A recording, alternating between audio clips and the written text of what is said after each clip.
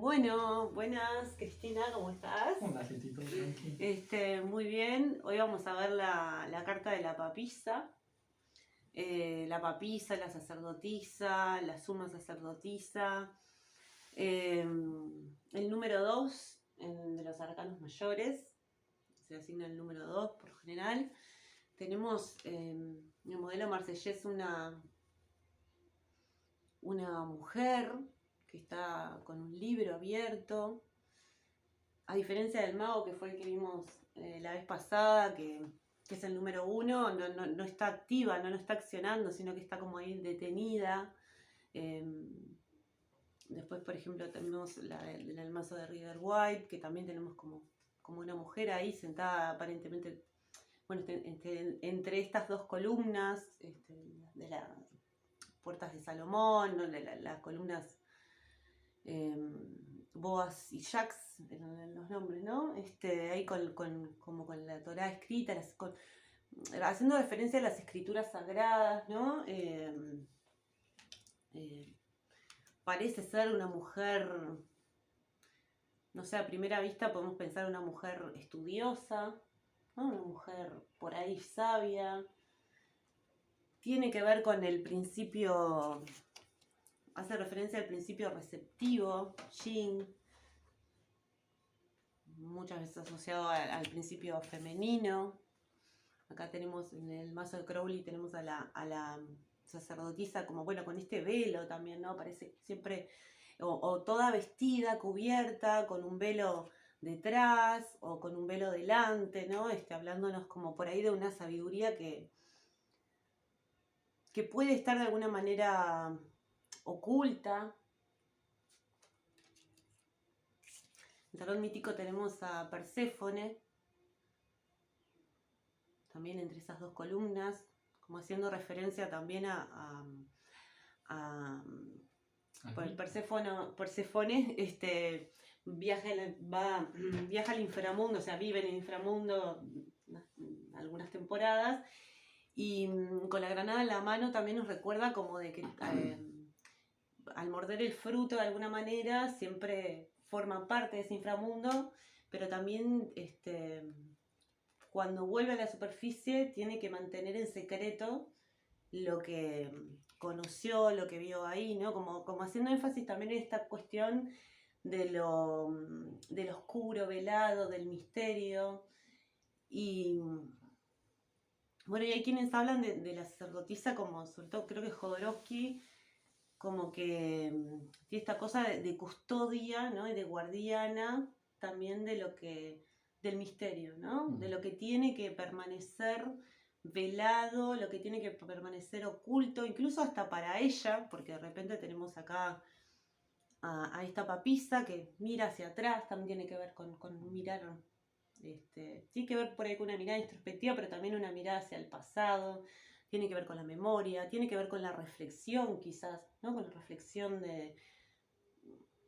del hacer que hablábamos en relación al mago, ¿no? Que el mago es un hacedor y la papisa es como esta pareja, podríamos decir, opuesto complementario del mago, que tiene que ver con esa reflexión sobre lo que se hace. Está detenida, no está actuando, más bien está como estudiando, recordando también, ¿no? Pero venía esto de otro lado, Hay una cosa interesante ahí en el mito sí. de Perséfone que quizás podríamos... Por mientras voy mostrando claro, otras cartas. ir desarrollando un poco la más. voz interior, sí. Bueno, hija de Demeter, ¿no? Uh-huh. Perséfone es tomada por Hades, es decir, secuestrada, enviada hacia el inframundo. Y claro, una de las cosas que ocurre en el inframundo es que, bueno, que se advierte que no deben consumirse sus frutos porque aquella persona que consuma los frutos del inframundo no puede escapar de él, no puede salirse. Si comienza a formar parte de aquello, ¿verdad? De lo cual quiere escapar. En este caso, claro, en el mito de Perséfone, bueno, Demeter le exige a Hades que se la devuelva, bajo la amenaza de que si no regresa, el mundo entero se sumirá en un invierno eterno, ¿no? Las cosas comenzarán a perecer, no germinarán las plantas, no vendrá la primavera. Entonces, Hades, pese a que no puede romper, pese a que es, ¿no?, como el soberano del inframundo, no puede romper sus propias reglas, pero sí puede hacer una cierta excepción. Entonces envía a Perséfone para calmar la angustia de Deméter, y cada regreso de Perséfone al mundo, digamos, supraterrenal es el regreso de la primavera. Y bueno, ahí sí, es como decíamos, el aspecto joven también de Deméter o de la tierra, y cíclico también, ¿no? Que tiene que ver con... Y esta cuestión de como esta parte de la ciclicidad de la naturaleza o de la tierra o de lo orgánico, de este periodo invernal también, ¿no? Como de bajar al inframundo, de estar en la oscuridad también, ¿no? Contenida, en esta cuestión que permanece velada siempre, ¿no? Como esta necesidad de oscuridad justamente para, estos regresos, para el florecimiento. Es que claro, todos estos regresos de Perséfone al inframundo no son un momento en el cual no estén sucediendo cosas. De hecho, es un momento donde, claro, velada por esos misterios, por ese regreso a la tierra, a lo interior, va germinando lo que aparecerá en el nuevo ciclo de la primavera. Ajá, ahí va. Exacto, es como ese periodo necesario de gestación y de fecundación sería germinación, sí. Sí, que en esta carta me parece como que está bien como la sacerdotisa con los frutos a sus pies, ¿no? Como esta cosa de la riqueza también que puede existir en lo interno también, ¿no? En lo interior, que es todo lo que no está de alguna manera bajo la luz del sol, no tiene que ver con la extroversión, no tiene que ver con lo manifiesto. Claro, con la riqueza de lo que no está manifiesto aún. Claro, la producción no está vinculada con lo que se manifiesta, con lo explícito, con lo que está presente ante la mirada, sino con aquello que está en una forma de interioridad.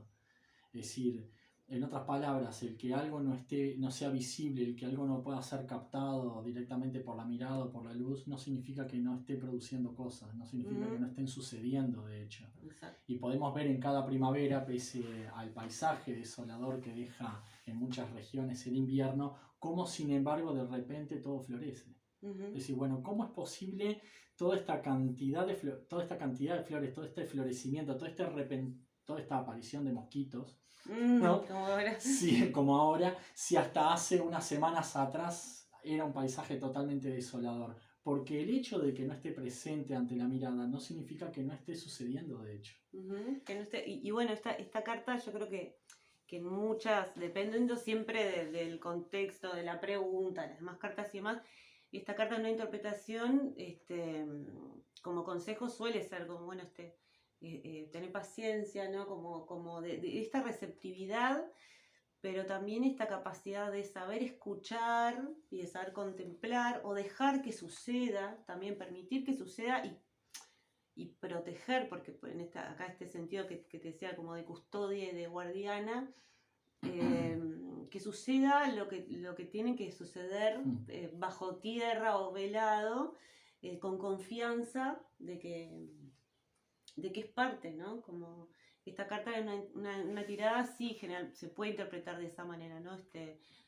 Paciencia, espera, dejar que las cosas que se acumule de repente, ¿no? Dejar que para que sea carne a algo, permitirle como un tiempo de asimilación, un tiempo de asimilación, sí, ¿no? Bueno. Como para que se haga cuerpo, para que encarne, que se va a encarnar de repente después en la emperatriz, necesita como de este periodo de gestación, dejar un remojo, como concede la papisa, se puede interpretar, bueno, como algo que todavía, o porque todavía no se puede saber, por razones por ahí, que no conviene, ¿no? De repente, porque también la papisa puede ser como el no a la intromisión del intelecto, ¿no? Esto al querer controlar, al querer intervenir. Entonces es bueno, no, mejor no saber, esto está velado, esto está protegido, pero también esta cuestión de dejar y confiar también en los procesos orgánicos, ¿no? En los procesos, sí, de acumulación, de espera, de germinación. Sí, además también una cierta distancia de aquello que aparece. Estaba pensando en el número 2, pero también en esta cuestión, ¿no? De la importancia de la espera. ¿Por qué? Porque lo vinculo con la reflexión. Es decir, de hecho la reflexión filosófica requiere una especie de no frente a la urgencia. Es decir, bueno, acaba de ocurrir un acontecimiento terrible en el mundo, algo que ha sacudido a la humanidad y que nos ha puesto en un lugar de mucha duda, de mucha incertidumbre. No voy a decir el COVID porque han pasado otras cosas aparte del COVID, pero bueno, es el ejemplo que se me viene en este momento porque es el más fácil. Sí. Pero claro, la urgencia de decir, de juzgar, de comenzar a pensar en relación o hacer, más que pensar, hacer en relación a lo que ocurre, es un error. ¿Por qué? Porque estamos... A veces. A veces, porque a veces, bueno, por lo menos cuando queremos producir una cierta forma de pensamiento en torno a lo que ocurre. A ver, después en el plano de la acción sí, tenemos al mago de que es importante un saber hacer, que eso lo vimos en el capítulo anterior. Pero ante una imagen como la papisa, que invita más que nada a reflexionar, a confiar en las fuerzas que, aunque no se ven, están actuando, yo lo veo más vinculada con esa cuestión de no dejarse llevar por la urgencia. ¿Qué pasa? Muchas veces nuestros juicios, nuestra forma de pensar el mundo están llevadas de la nariz por la agenda de los medios, por lo que te dicen los medios que hay que pensar y por la manera en que los medios te dicen que hay que pensarlo. Cuando en realidad lo que... Y esto es porque esta es una de las razones por las cuales nadie quiere a la gente de filosofía, porque nosotros vamos y le decimos, espera un poquito. O sea, yo sé que es urgente salir al escrache, salir a la calle, salir a pudrirla toda, esto que está pasando es terrible, pero claro, ahí viene la gente de filosofía y dice, espera un poco. Espera un poco, yo sé que la urgencia te quiere llevar de la nariz y que es importante hacer algo, pero también es importante hacer las cosas por buenas razones. Es decir, no simplemente hacer, sino también tener buenas razones para hacerlo.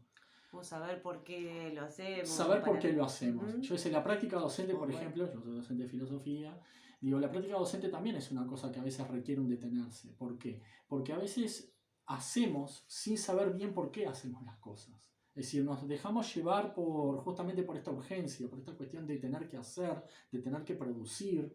Producir, sí, está... Claro. No sé si no es productiva, no sé si podemos decirle más bien lo contrario. O la producción tiene que ver con otra cosa. No es que sea una pancha, pero no. Pero no tiene que ver, no está vinculada a la productividad más del mago. Claro, no, es algo que más bien deposita una especie de confianza en la generación, en la producción de las cosas, en un ámbito en el cual no tenemos todo el control. Es decir, ¿qué pasa? Muchas reflexiones filosóficas llegan mucho después de lo acontecido. Es decir, hoy por hoy vos vas a encontrar, por ejemplo, lecturas sobre los campos de concentración en el nazismo que llegaron décadas después y que enriquecen una y otra vez nuestra reflexión sobre los hechos. Ahora, ¿quién era posible o quién era capaz de poder escribir acerca del horror inserta en el propio horror? Es decir, el tipo de reflexión que podemos hacer en ese momento es algo que estaría más vinculado justamente con el plano de la acción y menos con el plano de la reflexión. Yo creo que una carta como la sacerdotisa podría también hacernos como reflexionar sobre qué cosas hacen que motiven, qué cosas hacen que muevan nuestro pensamiento, si la urgencia o el interés real por conocer, el interés real por reflexionar. Y bueno, por eso también me gusta mucho particularmente esta carta, porque de alguna manera renueva la importancia del detenerse. Pero no de un detenerse. Sí, es un detenerse y capaz que es tomar distancia. Esto lo estoy diciendo yo, pero no es que la papisa sea tomar distancia, pero digo sí. Detenerse es un distanciarse del hacer en algún punto, ¿no? O sea, yo no puedo estar... Puede marcar como una diferencia entre que hay como una distancia entre el hacer y el reflexionar, ¿no? O sea, yo puede capaz que convivir, de hecho en la numerología el 1 y el 2 son en realidad dos esencias, ¿no? Son como una polaridad que forma parte de lo mismo, pero en algún punto capaz que para pensar tengo que detener, sí, dejar de hacer. Sí. Es que sí, hay que dejar de hacer para poder pensar. Ajá. Sobre todo para pensar sobre el propio ser. Sobre el propio ser, sí. Y sobre el pasado también, ¿no? Como bueno, ahí lo que tenemos... pasa, cuando ya me distancié porque ya es pasado. Como el libro que, claro, que como que, sobre todo en el Marsella, la papisa está como mirando hacia atrás, en la línea, ¿no? Que viene de Arcanos, mira hacia atrás y tiene que ver con esta cuestión de poder registrar, ¿no? De ir registrando, tiene que ver con lo acumulado, con el registro y también con lo que está escrito de alguna manera y yendo para otro punto que no tiene que ver no tiene que ver tanto con lo reflexivo, más bien con el conocimiento, ¿no? Esta cuestión de, pues la papisa también está muy, muy vinculada al conocimiento interior, ¿no?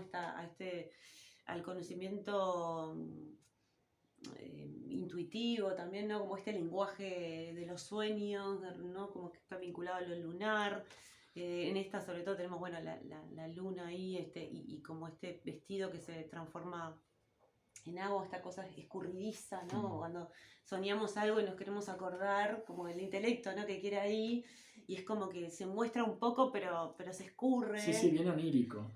Bien onírico, como por ahí el lenguaje oracular que hablábamos, ¿no? Como todo esto de que de alguna manera se muestra, pero también permanece algo velado, por un lado, y por otro lado esta cuestión de lo escrito, del registro que hablábamos, creo, hace un rato, el tema del agua, ¿no? Lo lunar y el agua vinculado como a lo físico, ¿no? La luna vinculada, se ha vinculado tradicionalmente, por lo menos desde la astrología, como al cuerpo en sus orígenes, porque por este cambio de forma, ¿no? Porque nosotros somos 80% de agua, y con esta cosa de ser receptiva, ¿no? También a la luz del sol, pero también este poder de registrar, de acumular y de guardar, y de la memoria, ¿no?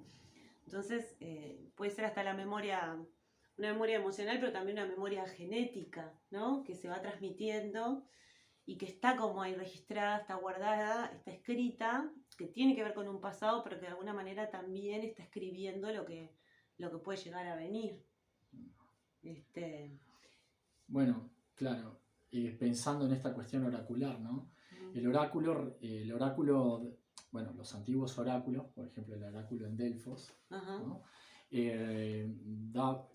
Daba sus respuestas siempre justamente con una, bueno, para ser interpretado. O sea, era necesario que la persona que recibía el mensaje, el oráculo, lo interpretara, se detuviera a interpretarlo. No era para nada literal. Y justamente porque el oráculo había ciertas cuestiones de la divinidad que no podía revelar. Es decir, que aquello que podía revelar era apenas un poquitito en relación a todo lo que implica, ¿no? El ámbito de lo divino. Y me estaba acordando, bueno, de esta historia que nos llegó a través de Platón, que es, bueno, aparece en Apología a Sócrates, en donde Platón describe un tránsito que hace Sócrates por el oráculo en Delfos, en donde el oráculo lo que le revela es: no hay nadie más sabio que Sócrates. No hay nadie en el mundo más sabio que Sócrates. No sé si esas fueron las textuales palabras, pero es más o menos esa la idea. Y claro, Sócrates lo que primero se pregunta es: ¿qué es la sabiduría?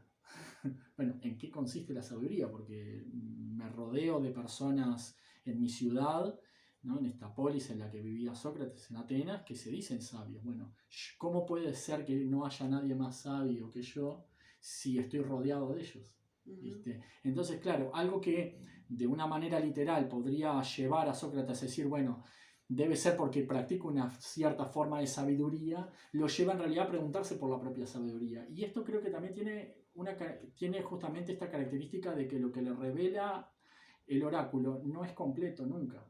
Es decir, y es lo que permite justamente la reflexión y la pregunta. Si algo se revela en su totalidad, si algo aparece con una imagen de literalidad tal que no puede haber lugar a otra palabra más que lo dicho, ¿qué lugar queda para el sujeto en cuestión para hacerse preguntas? Claro, el oráculo más que revelarle la verdad, lo que hace es revelarle un camino de reflexión. Una reflexión que además está vinculada con algo que está interesantísimo, y es que a las puertas del oráculo de Delfos había una inscripción que decía: conócete a ti mismo. ¿Viste? Entonces, le dice que no hay nadie más sabio que él, pero él no sabe nada acerca de la sabiduría, se pregunta acerca de la sabiduría, pero además lo vincula con esta cuestión del conocerse a sí mismo. Bueno, ¿qué es conocerse a sí mismo? ¿Por qué es importante conocerse a sí mismo? Porque justamente porque el sujeto hacia el cual refiere esta sabiduría es un sujeto que, al preguntarse sobre sí mismo, se da cuenta que también se desconoce. Por lo tanto, Sócrates llega a la conclusión de: ¿cómo puedo conocer el mundo? ¿Cómo puedo conocer todas las cosas que están más allá de mí si ni siquiera conozco al sujeto que conoce? O sea, yo mismo. Claro, conocer al sujeto que conoce, me parece muy la papisa. Digo, vinculándolo con el mago, que ya lo vimos la vez pasada, como esto, bueno, conoce, o sea, conoce que tiene que ver con algo más externo, ¿no? Conocer las herramientas a partir de tus sentidos limitados, propios a tu ser, ¿no? Y esta importancia de, bueno, de si yo conozco a través de esto, de conocer al que conoce, ¿no? Ahí está, claro. Y que creo que ese conocimiento está reencarnado en la materia, en el cuerpo que somos, ¿no? De alguna manera. Y la papisa sí está muy vinculada a la conexión con lo interno, físico también. Bueno, justamente también por eso es que no te revela todos sus secretos, por eso es que aparece toda oculta. Justamente es una invitación a preguntarse sobre una forma de interioridad que no es que está siempre vedada. Está siempre velada. Y pienso, digo, en el I Ching, que es otro oráculo, que hay un hexagrama que se llama, es el número 61, que es la verdad interior, uno de los títulos que tiene, y como que en sus líneas como que se podría interpretar de que siempre la verdad interior es algo que está hueco, de alguna manera, ¿no? O oscuro, ¿no? Como que nunca, siempre vas a ser un desconocido también en parte. Y esa es la razón para la que siga, como que quede algo en manifiesto, es lo que hace que las cosas, que se siga moviendo, que siga... Creo que ya lo habíamos la pasada con el mago, me estoy repitiendo, como esta cuestión de siempre de dejar algo velado para que se pueda seguir manifestando de alguna manera. Si no cristaliza, y esa es la muerte, ¿no? Cuando cristaliza, cuando lo entiendo, cuando cuando lo controlo. Lo controlo, bueno, ahí ya pierde esta cuestión, esta plasticidad también, ¿no? Sí. Bueno, yo siento una especie de advertencia en la papisa. Obviamente siempre depende con qué otras cartas salgan, de la pregunta que se haga, pero yo la veo como una advertencia que a las puertas de la espiritualidad se encuentra justamente lo vedado. Es decir, si nosotras estamos invadidas de literalidad y de control sobre las cosas, sobre cómo se producen las cosas, y perdemos esa confianza en que el mundo sigue moviéndose más allá de nuestro control sobre él mismo, es cuando sentimos, y por lo menos a mí personalmente me sucede, que siento que me abandonan las fuerzas, que me abandona la fuerza de la espiritualidad. Sí, porque esto también es una posición un poco personal en relación a la espiritualidad. Para mí, la pérdida de espiritualidad o de la fuerza espiritual tiene que ver justamente con este exceso de literalidad y de control. Es decir, que en los momentos en que más siento que necesito controlar las cosas o que más necesito saber acerca de ellas es cuando más vacía me siento en términos espirituales.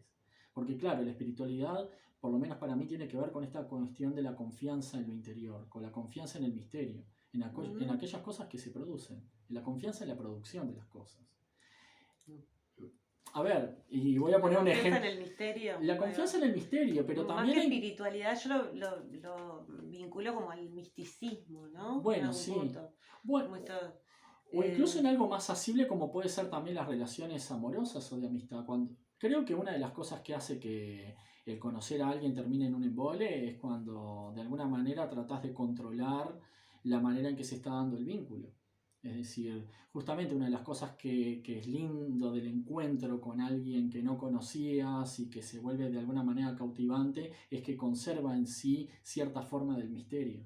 Y que cuando ese misterio es revelado, se etiqueta bajo una palabra y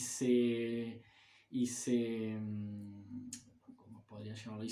Y se ponen los hechos en ciertas prácticas que ya estamos habituados, ¿no? Bueno, ahora sos mi novia, ahora como sos mi novia tenés que suceder todas estas cosas, ¿no? Ahora estamos en una relación, es como que parte de lo que estaba ocurriendo ya no ocurre.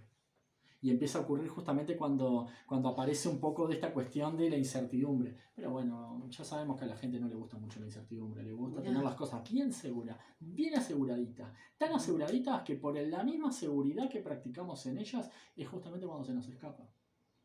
Y después nos estamos preguntando por qué el amor se va tan rápido. Porque inmediatamente aparece el miedo. Sí. A ver, es una metáfora, es simplemente una metáfora. Yo sé que la papisa no es que está hablando estrictamente del amor. Pero sí son estas situaciones donde lo que hace posible un encuentro es justamente su entera imposibilidad.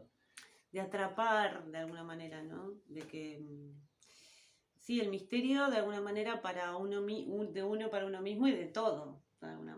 Pero sí, Sí, o cuando una cree conocerse demasiado al punto de que es incapaz de poder pensar una posibilidad diferente para una misma.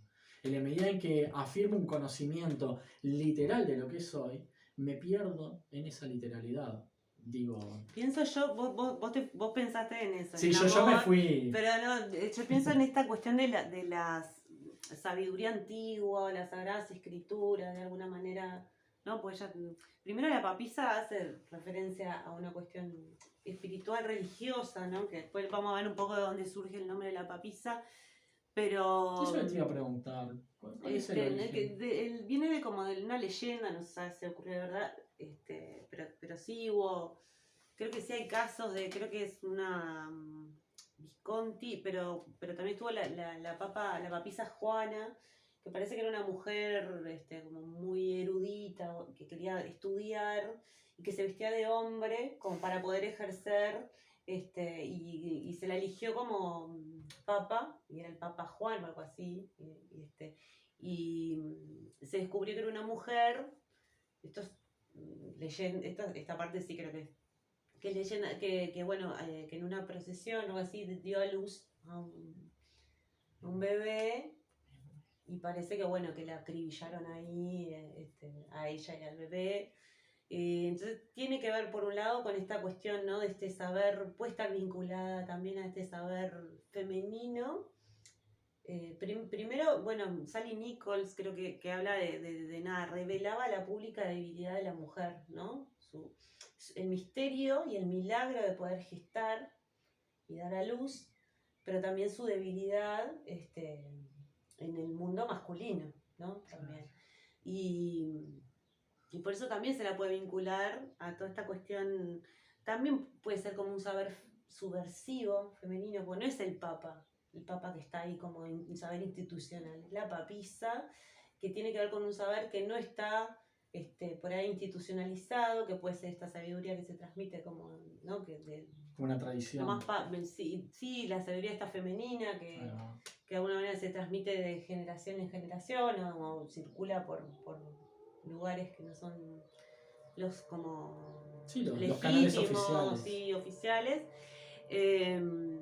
Pero bueno, también puede ser en esta con las escrituras antiguas, esta cuestión de la interpretación, ¿no? Como que siempre hay muchas interpretaciones de esas escrituras sagradas, y también hay muchas, no sé cómo llamarles, si sabiduría o qué, pero como que hablan en un lenguaje medio oracular, pero también medio críptico, como para que justamente... Ocultar.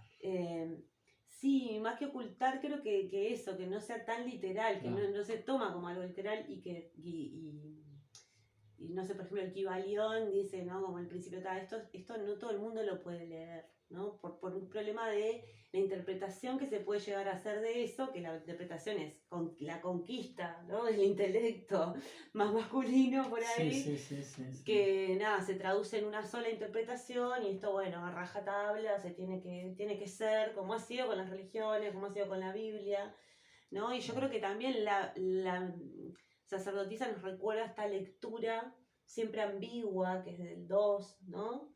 De esto, ¿no? Como simbólico, no literal, esto escurridizo, que sí permite reflexionar, permite pensar, permite conocer desde un lugar, pero que no es desde el lugar de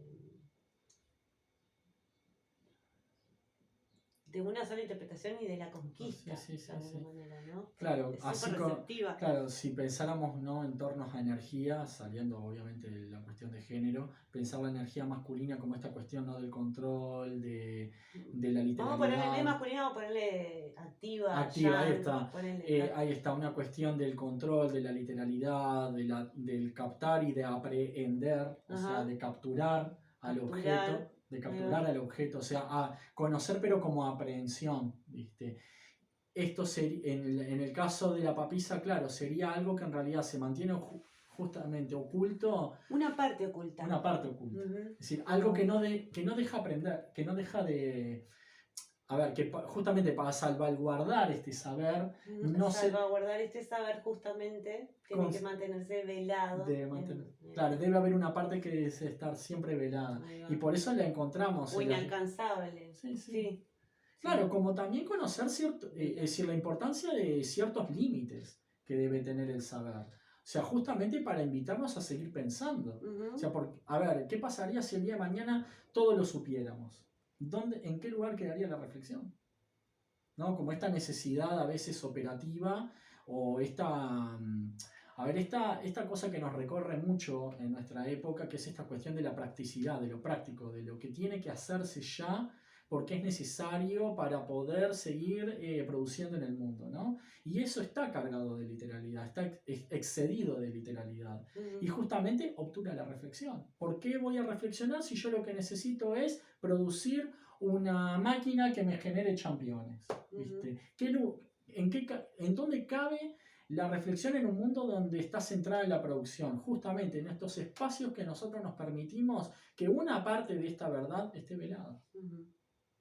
Es decir, por eso quizás también era lo que tú decías, ¿no? Esta cuestión de que la papisa también es una guardiana. Guarda aquellas fuerzas, aquellos saberes que deben estar ocultos justamente para que puedan producir, para que se puedan generar. Y para seguir pensando. Bueno, como esta cuestión que hablábamos hace un rato sobre el tema del embarazo de la papisa, ¿no? Debe estar oculto. Claro. O sea, sí, tiene que ver con la gestación, que tiene que permanecer velada por el bien de la propia cosa que que va a materializarse o encarnar. Y también con sobre todo lo que hablamos de Perséfone, ¿no? La importancia de la oscuridad también para la gestación, para la materialización, del asimilar, darle tiempo, del no intervenir. ¿Qué más de la papisa? Hay muchos. Siempre se puede seguir hablando. Siempre se puede seguir hablando. De todo, y mucho más de la papisa. Pero sí, bueno, este silencio también, no sé, la escucha, el silencio, la receptividad, ya lo dijimos, la gestación, la acumulación, el registro, también el poder creativo de la memoria, ¿no? La memoria como que restaura, ¿no? Como esta cosa, porque se asocia mucho también a Isis, en esto de que, bueno, que ella como que hace como una remembranza de ¿cuál era el dios masculino, te acordás? Osiris, que como que se destroza y se tira de uno de los, no me acuerdo de quién era, pero que ella lo que hace es como de alguna manera reunir todas las partes y como remembrar, ¿no? ¿De dónde viene la remembranza de esto de reunir lo fragmentado a través de la memoria, del recordar también, ¿no? Y también esto de ir ahí, ¿no? A escuchar el registro, ¿no? El recuerdo, de alguna manera construye también el pasado, ¿no? Es un acto creativo en, en algún punto. Sí, estaba pensando justamente en esta concepción socrática también del saber, ¿no? Como un saber como recordar. O sea, que el saber, recordar, claro, sí. ¿cómo conocer, cómo se llega a conocer? Bueno, justamente, bueno, la madre de Sócrates era partera y lo que decía Sócrates que él también era una partera, pero del saber. Y lo que hacía era justamente traer a la luz aquello que en realidad ya estaba en nosotros. Es decir, hacer que el sujeto o la sujeta recuerde aquello que ya estaba ahí. Eso es muy la papisa. Sí. Recordá. Es decir, hay un misterio, hay toda una profundidad dentro de ti que puede ser revelada siempre y cuando quien te lleve a ese lugar sea un guía y no sea un falso sabio. Es decir, no es alguien que va a depositar un saber en ti, sino que es alguien que va justamente a revelar parte de ese misterio que ya está en vos. Sí, y bueno, de hecho hay la papisa es muy de esto también, ¿no? Conectar con lo que ya sabés que está dentro, que viene. Y esta cosa que hay mucha gente que, no me acuerdo quién escuchaba el otro día que decía, no, cuando empecé a estudiar tal cosa, yo sentí que estaba recordando, no estaba aprendiendo, estaba como conectando con algo que ya estaba ahí, ¿no? Y sí, la papisa tiene que ver con esto de que hay un saber que viene con uno también, ¿no? Hay un saber interior que viene con uno y que viene del pasado también.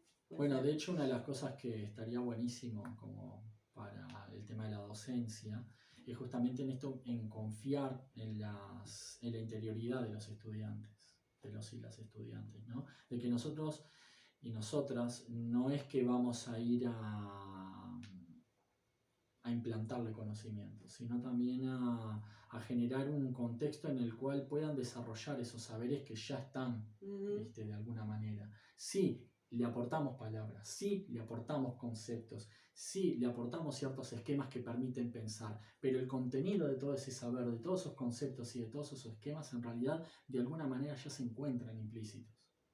Y es una manera también que salvando las distancias entre las diferentes disciplinas, permite una cierta confianza en la otra persona. Yo creo que la práctica docente debe estar, como claro, debe estar centrada en la confianza.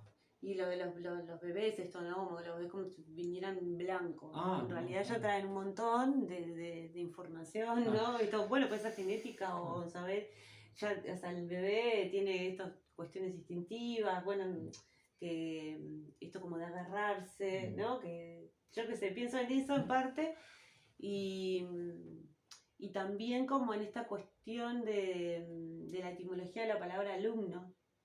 Sí. Que era como sin luz, ¿no? Qué fuerte. Qué fuerte, claro. Si ahora estaba pensando en la palabra que usé, claro, sin luz. Sin luz, y nada, como que es un cambio también la forma de pensar al estudiante, claro. Como que ya trae su propia... Claro, es que si lo pensamos como alumno... Y capaz que como el verdadero maestro que, bueno, te ayuda a iluminar lo que ya está en vos, ¿no? En realidad, a iluminar o a... Sí, a encontrar la luz a encontrar esa luz que se encuentra en cada interioridad. Bueno, fue necesario que tuviera mi primera hija como para tirar abajo el principio empirista de que somos tabulas rasa. Nada menos cierto en el mundo e ingenuo de creer que una criatura por haber nacido hace muy poco, que no hay absolutamente nada ahí. Hay un montón. Es impresionante la cantidad y basta mirarlo un poco a los ojos como para darte cuenta de todo lo que hay ahí adentro. La interioridad de un recién nacido es gigantesca y pensar en la humanidad como una forma de tabula rasa en donde se va inscribiendo de a poco es una práctica de mucha ingenuidad y sobre todo de mucha soberbia. De creer que podemos moldear a un ser humano a nuestro piacere. Que por un lado también, a ver, si lo pensamos de la otra forma, también podemos también descargar un poco esa culpa maternal o paternal de decir, es lo que es por mi culpa.